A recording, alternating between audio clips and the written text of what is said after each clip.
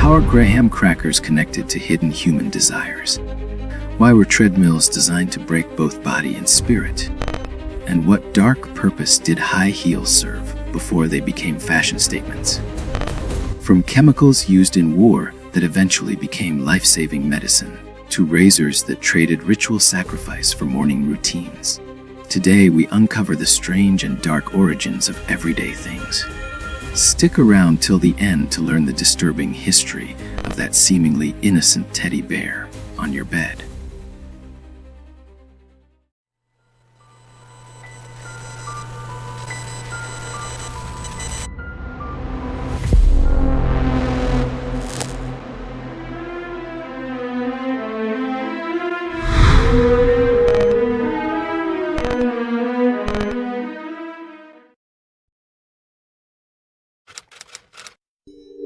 Number 1. Chainsaws. You're walking through the hardware store, past the power tools section, and there it is, the chainsaw. Sitting there all innocent, like it wasn't originally designed to cut through human bone. Yeah, you heard that right. That thing your dad uses to trim branches, it was first invented to slice through women's pelvises during childbirth.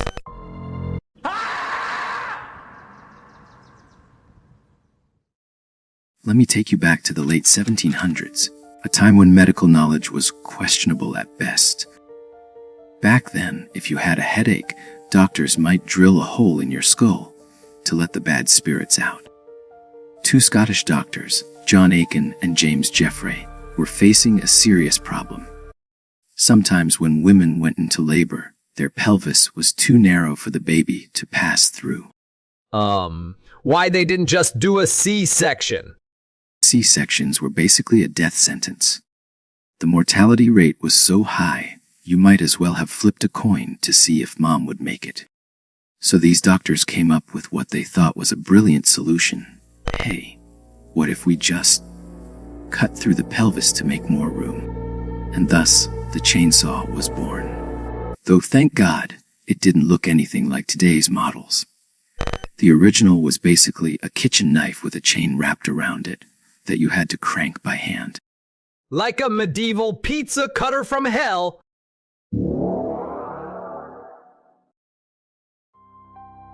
The procedure was called a symphysiotomy. A fancy medical term that basically means sawing through the cartilage and bone of the pelvis to make it wider. Yes, and they did this while women were conscious, because apparently the 1700s weren't horrifying enough already. But wait, wouldn't that be incredibly painful? Well, yeah. Remember, this was before anesthesia was a thing. The best pain management you could hope for was probably a shot of whiskey and a stick to bite down on.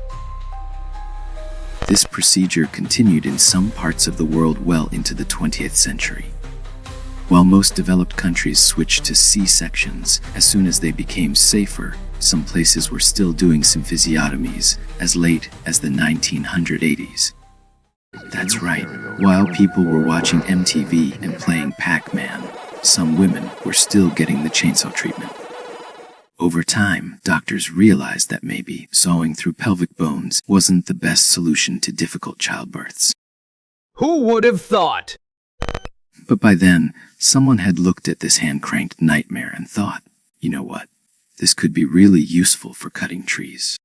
And that's how we got from a terrifying medical instrument to that thing in your garage that you use to cut up fallen branches after a storm.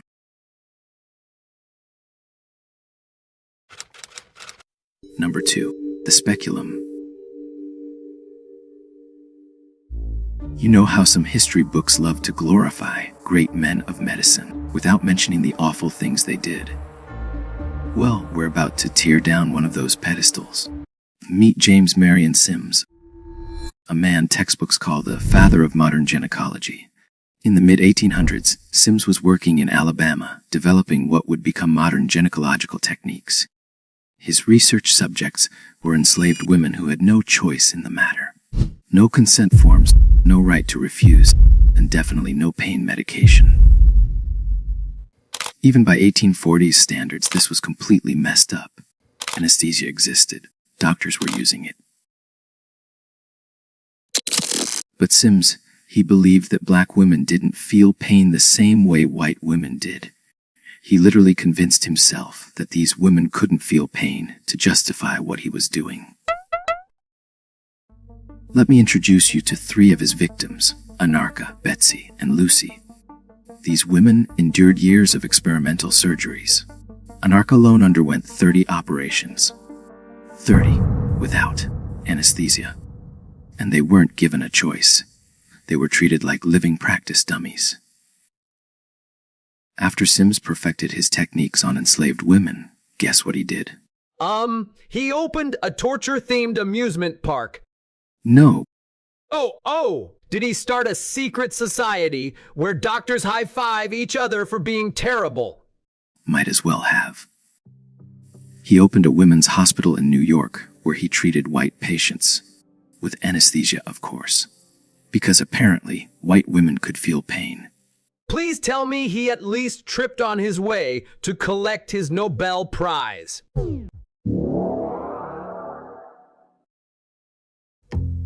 The speculum he developed was literally shaped by these brutal experiments. Every time this instrument is used today, it carries this hidden history that most people don't know about. But wait, there's more! When Sims died, they built him statues.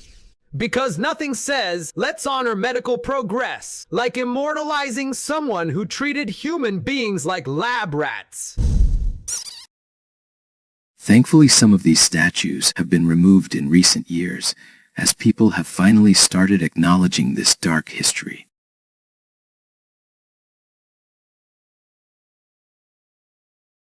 Two germs were killing a little time.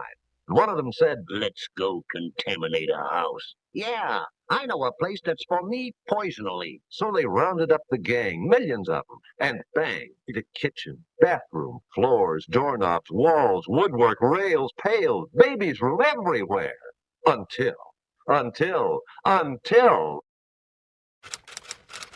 Number 3. Lysol. That same stuff you use to clean your toilet was once marketed to women as something they should put inside their bodies. It's the 1920s. Women's rights are, well, let's just say they're not great. Birth control is illegal, and companies are looking for sneaky ways to market contraceptives without actually calling them contraceptives. Enter Lysol, with possibly the most dangerous marketing campaign in history. Their ads were something else. They basically told women that if their husbands were becoming cold, it was probably because they weren't fresh enough. And the solution? Drenching their most sensitive body parts with industrial-strength disinfectant. Because nothing says I love you quite like chemical burns. They'd show sad women staring at their phones, wondering why their husbands weren't calling. The caption would be something like, "The other you could wreck your marriage." And the solution to a dysfunctional marriage was not counseling or therapy. It was Lysol. But women weren't just using it for freshness.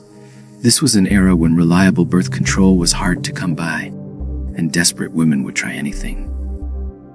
And I mean anything, including Lysol.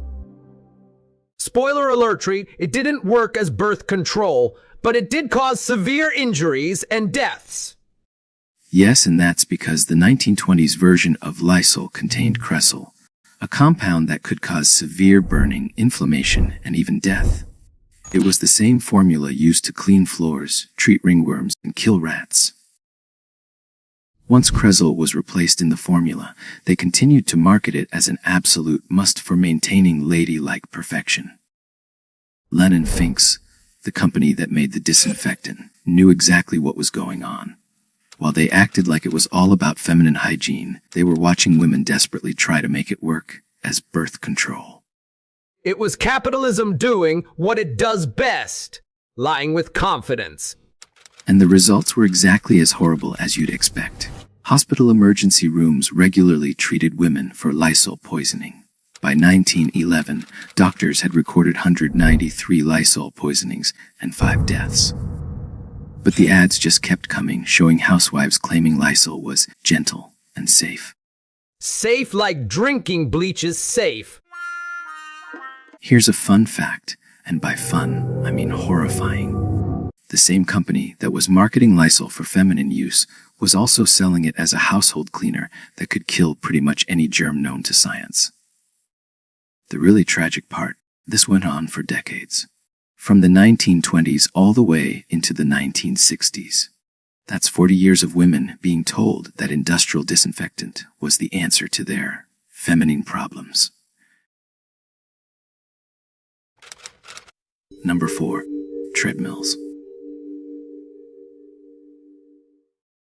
Whenever you feel like going to the gym and working out on the treadmill is torture, well, you're being historically accurate.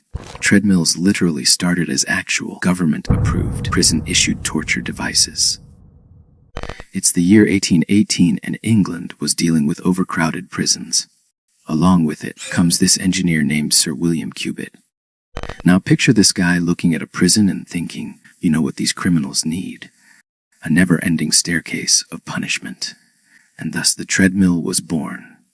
But this wasn't your fancy Planet Fitness treadmill with the cup holders and TV screen. No, this was basically a massive hamster wheel for humans. Picture a long row of dark, narrow cages. Inside each one, a person is suspended, arms straining as they cling to chains, forced to perform the same monotonous task over and over again. Now imagine being trapped in one of those cages, helpless, with no end in sight. A never-ending cycle of torment. Your body and soul breaking down as the minutes, hours, and days bleed into one continuous nightmare. Forever. Or at least for 6 hours a day, which probably felt like forever. As prisoners stepped endlessly upward like some kind of twisted stairmaster, the wheel would turn machinery that ground grain or pumped water, hence the name treadmill. Call it vintage renewable energy. Who needs solar panels when you can use human suffering to bake your daily bread? The prisoners had to climb 8,000 to 14,000 feet per day. That's like climbing the Empire State Building, twice. They had to do this while wearing Victorian prison clothes. No moisture-wicking fabric, no Nike air cushioning, not even a decent pair of socks, just heavy, scratchy wool and whatever awful shoes they had. The treadmill was so effective at making people miserable that it spread to prisons across England and even made its way to the United States. America looked at this torture device and said, "Yes, we'd like some of that, please."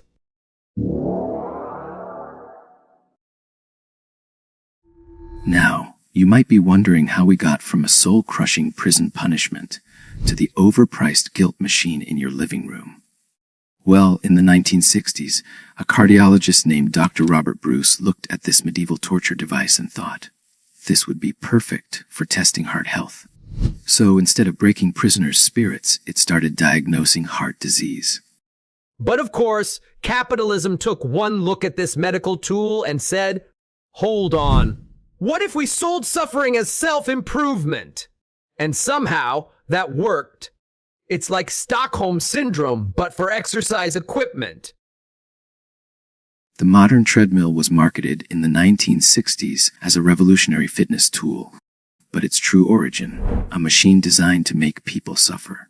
First for crimes, and then for science, and now, for $50 a month at your local gym.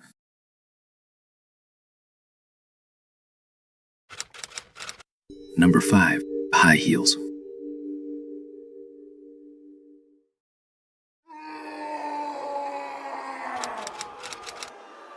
You're in ancient Persia. It's the 15th century, and you're watching a group of macho warriors riding into battle, carrying massive swords and wearing high heels. High heels, those things that modern fashion magazines call feminine and sexy, were originally designed for dudes on horses. And not just any dudes. We're talking tough as nails Persian cavalry warriors who needed to stand up in their stirrups and shoot arrows at their enemies. Well, they were trying to shoot someone while riding a horse at full speed. The last thing they wanted was their feet slipping out of the stirrup and have them face planted in front of the entire army. So some genius was like, hey, what if we put a chunky heel on these boots? And boom, high heels were born. European aristocrats saw these Persian warriors strutting around in their heels and thought, that looks awesome, but completely missed the point about the whole horse riding thing. Instead, these wealthy Europeans decided heels were perfect for showing off how rich they were, because they indicated someone didn't need to walk much. And who was the biggest heel enthusiast of them all? King Louis XIV of France. This guy was so into high heels that he made them a status symbol at his court. He even decreed that only nobles could wear red-heeled shoes. That's right, Christian Louboutin's signature red soles are basically ripping off a 17th century French king style. Someone should tell him.